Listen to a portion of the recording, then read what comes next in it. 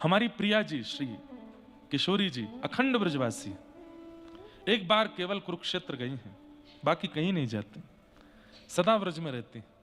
दूसरे हमारे गिरिराज जी अखंड ब्रजवासी, गिरिराज जी भी ब्रज से बाहर नहीं जाते। कोई ले जाने का प्रयास करता है तो ऐसा सिर में दर्द कर देते हैं, वापस छोड़ के आना पड़ता है।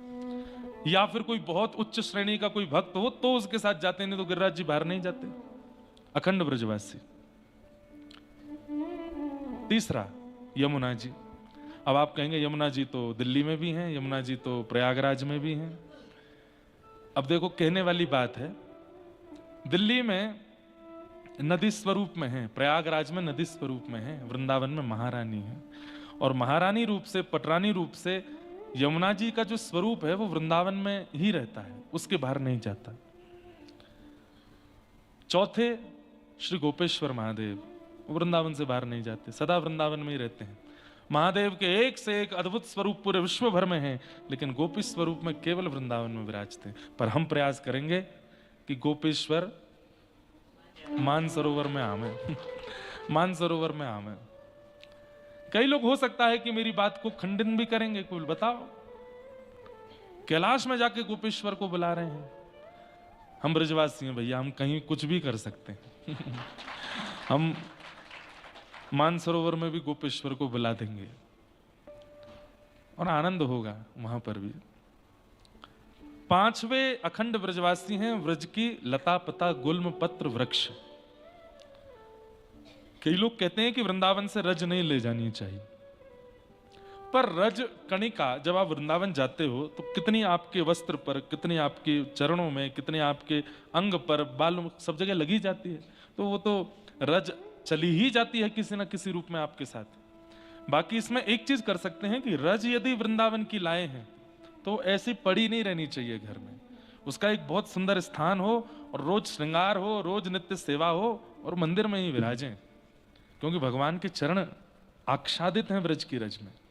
नहीं तो व्रजरज भी अखंड ब्रजवासी है, व्रज छोड़ के कभी नहीं जाती।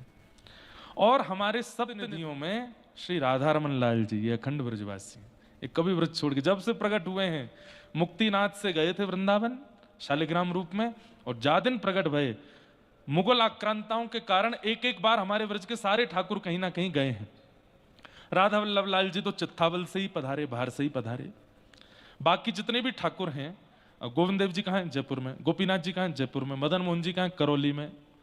चौथे श्री राधा रमन लाल जी वृंदावन में, फिर जुगल किशोर जी पन्ना में, फिर उसके बाद राधा वल्लभ जी वृंदावन में, बिहारी जी वृंदावन में। तो बिहारी जी भी जा चुके हैं बाहर, राधा वल्लभ जी तो चित्तावल से ही पधारे, और जुगल किशोर जी तो बाहर ही विराजते हैं।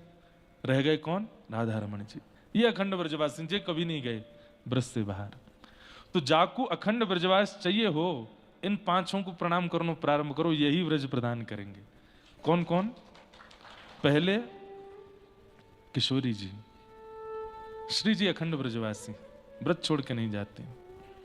दूसरे श्री यमुना जी, तीसरे वृंदावन के वृक्ष वल्लरी, चौथे श्री गिरिराज जी, और पांचवे श्री राधा रमन लाल, और छठवे भी हो गए श्री गोपीनाथ जी, गोपेश्वर महादेव, उनको भी प्रणाम करो। ये 6 अखंड ब्रजवासी। तो निर्गुण जो होते हैं वो कहीं नहीं जाते, वो मुक्ति भी नहीं चाहते, वो कुछ और भी नहीं चाहते। बैठी रहूं कुंजन के कोने, श्याम राधिका पाऊं गाऊं, किशोरी तेरे चरणन की रज पाऊं। वो इसी भाव में ही रहते हैं। तो ये 4 भक्तों की श्रृंखला है, जिसमें तमोगुणी, रजोगुणी, सतोगुणी और निर्गुणी।